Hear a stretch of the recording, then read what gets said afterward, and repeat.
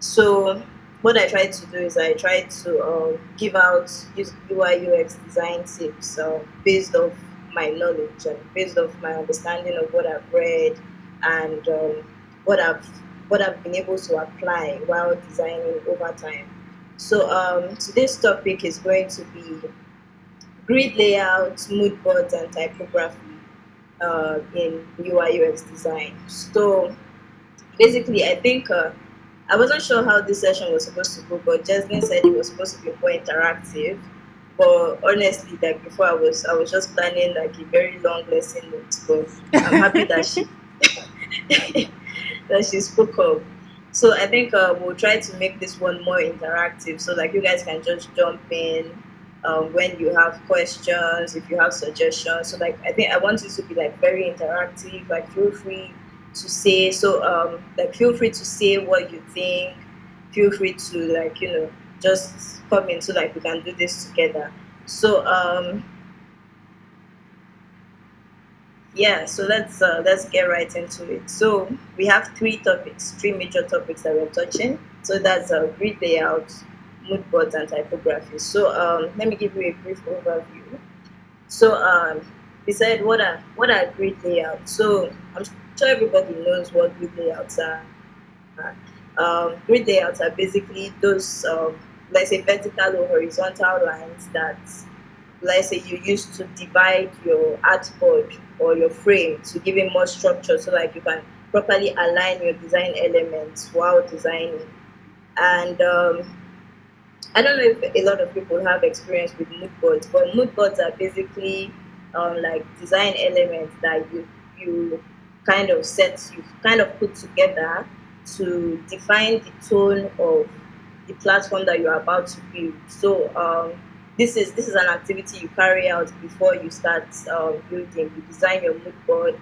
It's supposed to contain basic information about the app, like what themes you're going for, what the voice of the app is, what kind of illustrations or images are going to be on the platform, what kind of fonts you're going to use, and what kind of colors you're looking at using. So like a mood board is like it's like a rough sketch.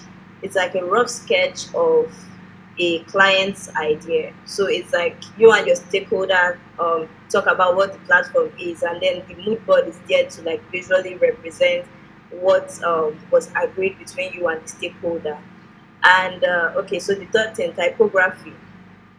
Yeah, so typography is literally one of like the most overlooked parts of UI UX design, because I mean we're always reading typography, we've always been interacting with typography, so we feel like we know it. But I feel typography is one of the broadest aspects of UI UX design. Fortunately for you guys, we're not going to go that deep into it. We'll just touch like the basics today of typography, how to combine fonts, basically what to look out for when deciding what fonts to use, and basic guidelines for using typography. So how I want it to go is that we would kind of try to create a mood board here, a mood board on this course right now, and then we would then create like let me say a few pages for like the app that we're designing a mood board for. So I have an idea I've been playing around. It's not an official idea. It's just something that I came up with to give myself like a design challenge. So it's supposed to be a mobile app for hiring models. So basically, the app is supposed to be able to connect you to this is for let's say photographers or cinematographers or people that necessarily need models. So this is just to connect them to like models of their choice. So I think I want us to so we can start by building a mood board for this platform, and then after which we will now use the mood board to create, let's say, maybe one or two screens for the platform. So let's get right into it. So Can you guys see my screen? Quick Y- question. yes, but you might want to zoom in. Okay, sorry. Sorry. Okay. Is it better now? Yeah, I think so. Okay. Yeah, so this is like I just separated this very quickly. This is like a rough idea of what a mood board is. It's a very rough idea of what a mood board is actually. So in here you can see the color swatches selected out. You can see this is supposed to be like a sample screen for like what the platform is supposed to look like. These are like kind of images that's supposed to go on the platform, the kind of vibe that it's supposed to have, and like what it basically represents. So like here you can see like I typed out like a few words. Says high end, cultural, melanated. So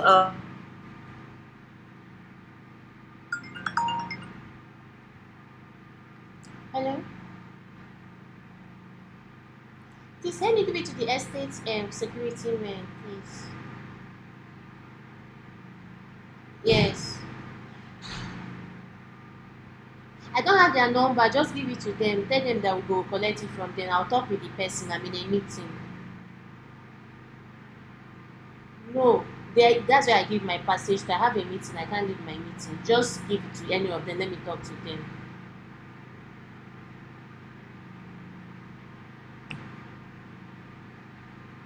and then I typed in African sketches. I typed in like basic keywords that related to fashion, but then I added like the term African to it, and then I got like a ton of images, and I sorted through all of them, and I try to like pick up different things because when you're creating mood boards, you're not supposed to just focus on images. There are actually several things that you're supposed to look out for when trying to create like a mood board. So I have those outlined up here.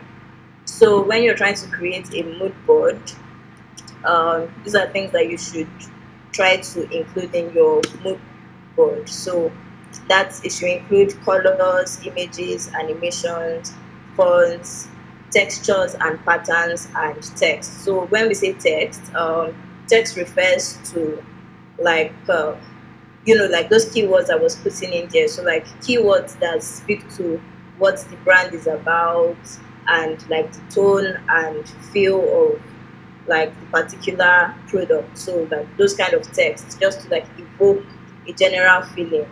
Because like the entire point of mood boards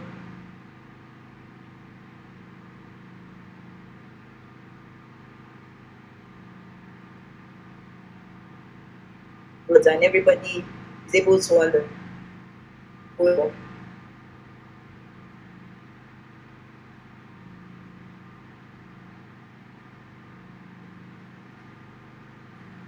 So here you can see we included